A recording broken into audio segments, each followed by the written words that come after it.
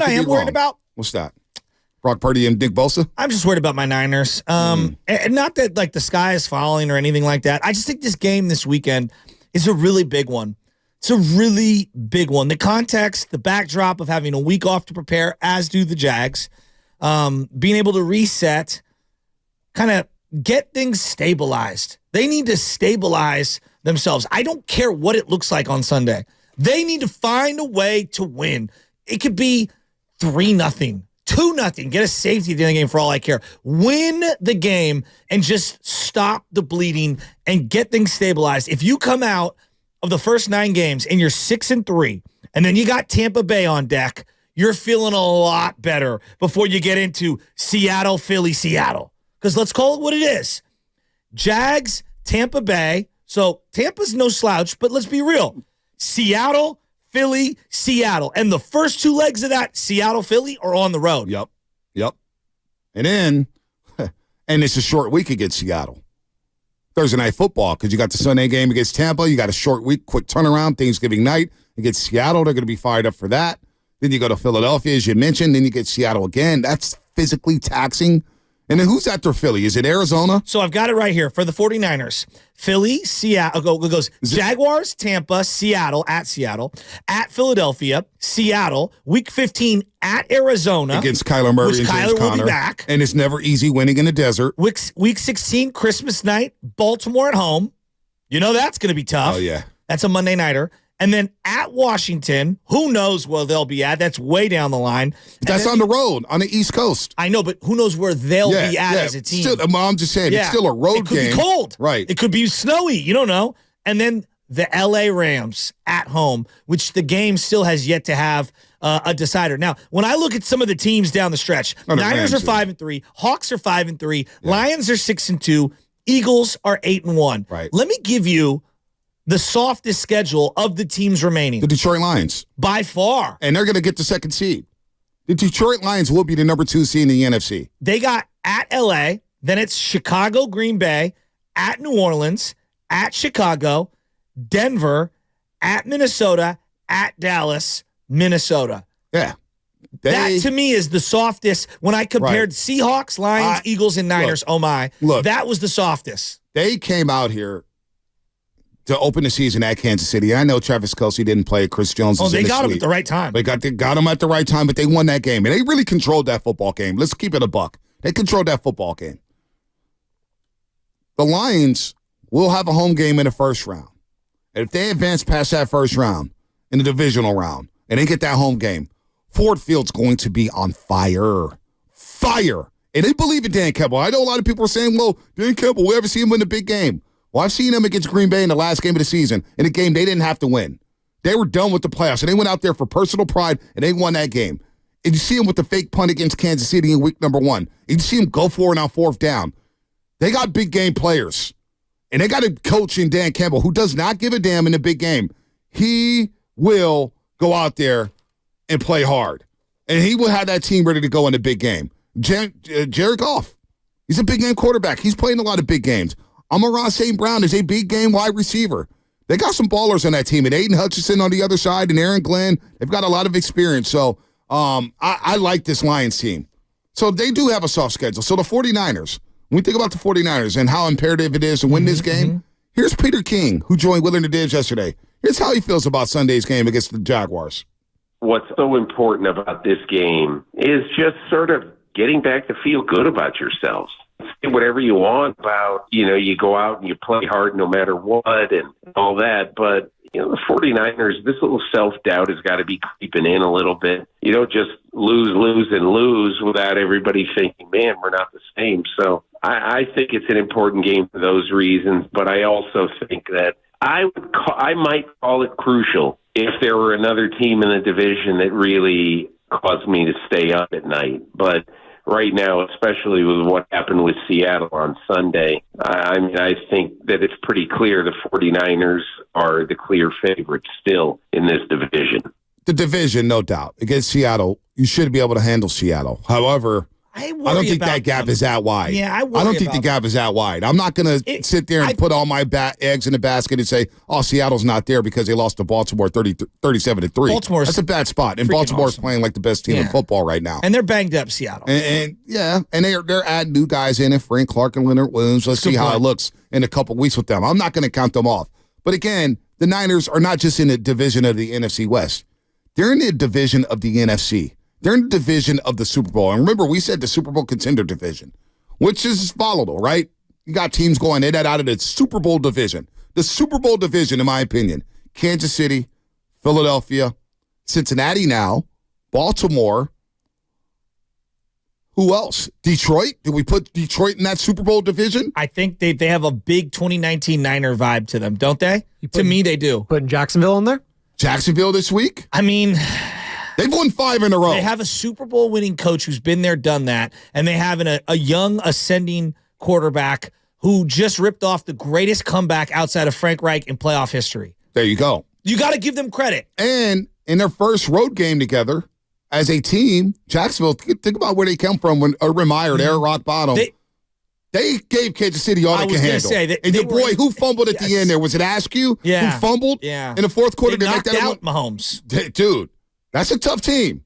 So, all right, so you want to put them in the Super Bowl? I'm not going to put Miami there. They got to beat a good team before I could put them there. Yeah, Buffalo is no longer in that Super Bowl division to me. They're a little flawed. I feel validated. They're a little flawed right now. The injuries on defense. Have caught up. They've caught up to them on defense. And they can't run the ball. And I think they can run the ball. They don't commit to running the ball. That I agree with. They don't have a commitment to that. They just want to throw it around with Josh Allen, and he turns the ball over left and right.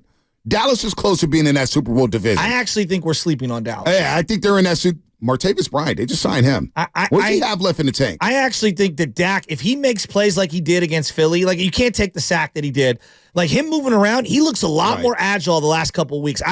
I'm not ready to put a pin in Dallas yet. I think that they're still in the mix. So I do think this is a very huge game for the 49ers. However, Peter King said this, Shaska. I want you to react to this. Okay. Because we'll get to the defense in just a second. Because I know your thoughts on Nick Bosa. I want to get to the bye week in particular. I know you got your thoughts on Bosa in the bye week right now. But here's Peter King, his thoughts on the offense.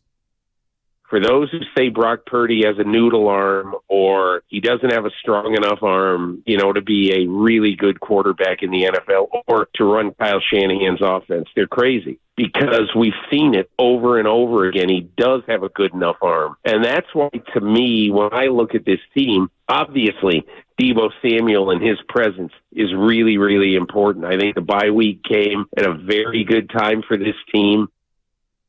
That back end part, forget the Purdy part with the noodle arm. Purdy's fine. He's totally fine. He's been doing a really good job. The bye week coming at the right time. I just want to go through the history real quick of the bye weeks and what it's meant, not necessarily for the game, because you'll see a lot like coming out of the bye, Andy Reid is 10-1. Forget that. I want the team and how do they perform the second half of the season. Right. All right. Pre-bye 2017, 1-9. Obviously, you acquired Jimmy Garoppolo, so that's baked into this. Post-bye 2017, 5-1. Right. All right. Pre-bye 2018. Now Jimmy was hurt, 2-8. Post-bye 2-4. All right. Let's go to the big year, 2019, when they put a big run in. Pre-bye, they were 3-0. After the bye, 10-3. Right, no doubt. Well, they started the season, 8-0 before losing to Baltimore? Was that first loss? No, who's the first loss to that Seattle season? overtime Seattle game. overtime, Monday Night Football. 2020, a lot of injuries. Pre-bye, 4-6. Post-bye, 2-4. Now that season, throw it out the window. You finished the year in Glendale, Arizona, finished 5 weeks. You had no quarterbacks. Who they play? C.J. Beathard, Nick Mullins. Who else? Did they have another quarterback that year? I feel like no. Mullins. Nick Mullins. Was it just Mullins and Beathard? Yeah. That was a lost year. It was a lost year. But 2019, you can see 10-3 after the bye. 2021, pre-bye, 2-3. Post-bye, 8-4. That was when they made the decision to utilize Deebo in a variety of ways, and it totally paid off for them. 2022, last year, 4-4 at the bye. Operation 4-4. Remember you said that? Yeah. Post-bye, 9-0. Undefeated. 9-0. What are they going to do this year? Yeah. That to me is like, forget just the Jacksonville game. You're talking about the 9 games after. They're 5-3 right now. If they go, 6-3, 7-2, Is that acceptable? Yeah, absolutely. It's 12-5. That's a great year. And this is why I asked you coming out of the bye, because I know everybody was red hot after the Cincinnati game. I You just got to stop the bleeding. Listen, I know how much everybody was fired up after Cincinnati, and we're all doom and gloom. It's the way you lost. And look, I took some positives out of it. 17-10 game, early fourth quarter, and you did not play well all game long. I know. And you didn't have Trent, you didn't have Debo, and to me, that was a scheduled loss, in my opinion. Agreed. The way it happened, the way Minnesota finished, the way you didn't win that game, you fly home, you don't get home till 3:30 something in the morning on a Tuesday. Then you got to get ready for Cincinnati, who was rested and rolling, and you're in the fog. You don't even know who your quarterback. They didn't know who their quarterback was going to be until Saturday. All right, we didn't know whether it was going to be Darnold. Remember, we spent the whole show Thursday talking about Sam Darnold, and he didn't even take a snap. Well, all right, one thing we haven't heard is where's Purdy at with the head. Well, we haven't heard anything about that. Well, it sounds like he's good to go. Yeah. I haven't heard anything about that. But so you're right. But before the season, and I asked you this coming out of the bye week or going into the bye week. I said, if I told you, Shasky, that you were 5-3 before the bye week, and you had a chance to go 11-6 or 10-7. Yeah. Before the season, we all would have took that, right? No. Because before the season, I thought that it was about Operation number 1 seed. Okay. Now that the season has gone on, I feel like I've had to recalibrate.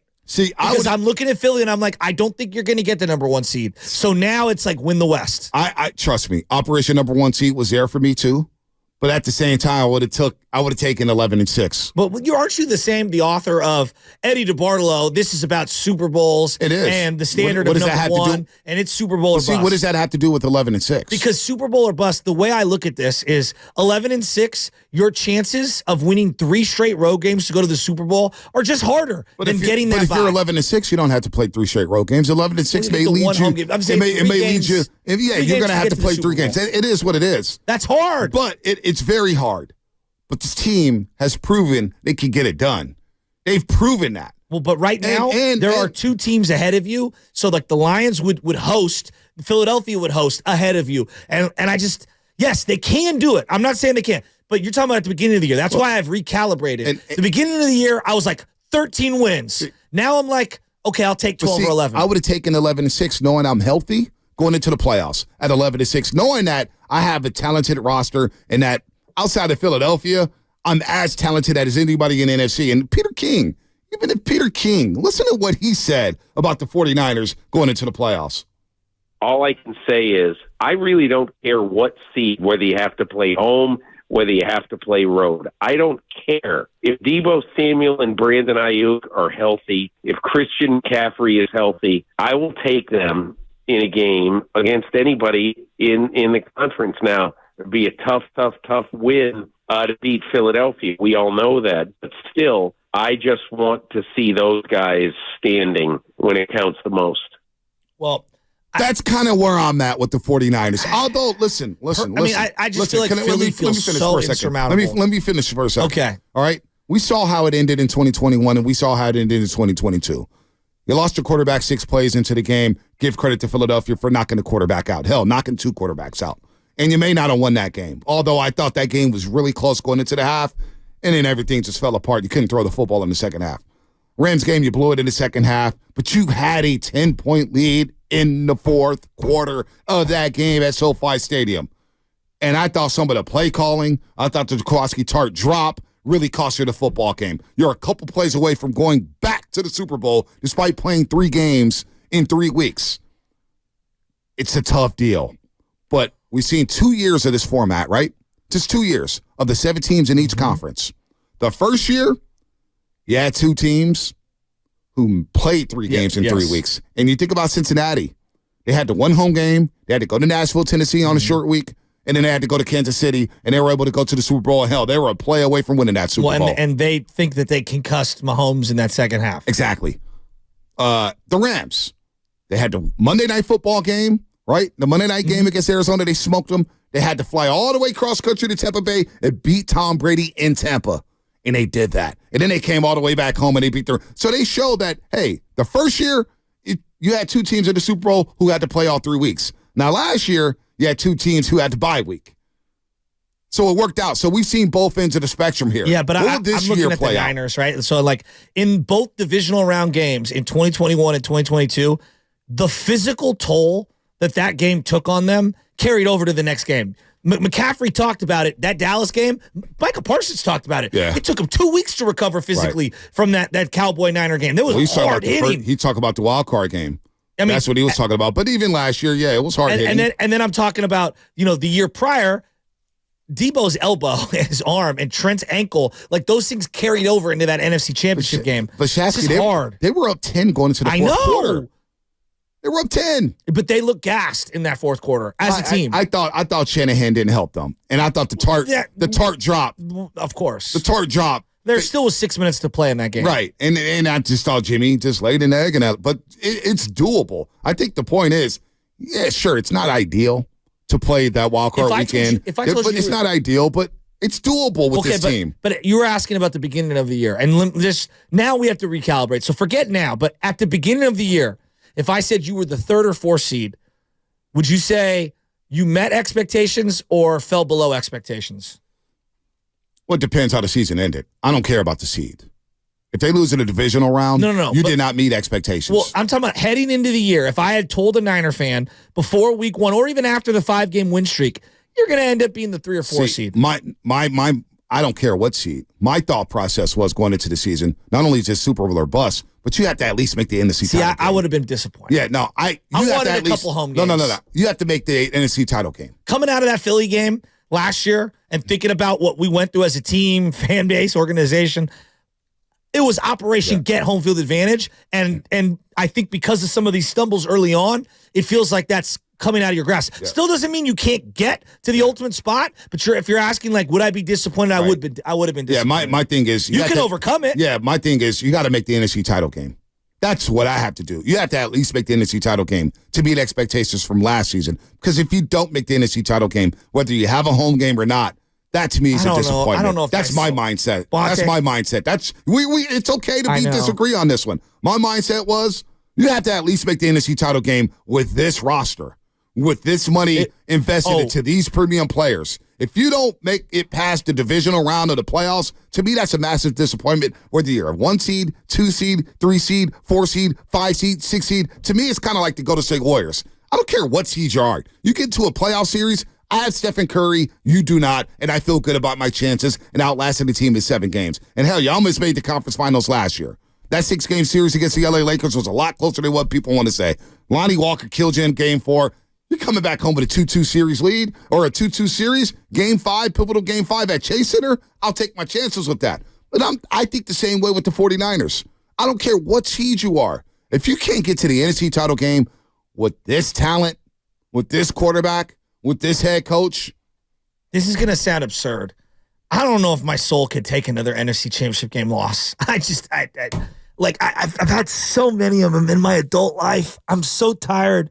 And I hate losing in the Super Bowl too. Obviously, everyone hates losing in the Super Bowl. But like these NFC Championship game losses, they're starting to pile up. And I'm about fed up as an adult Niner fan with these freaking NFC Championship game losses. Well, and I'm not saying that you can't yes, on some level, it's a success to get that far. A lot of teams would love to trade places with you, blah, blah, blah, blah, blah. But dude, they have so much premium talent. And it's like, dude, this window, you cannot come out of this window without getting to another Super Bowl again. You got to get back to another Super Bowl. Well,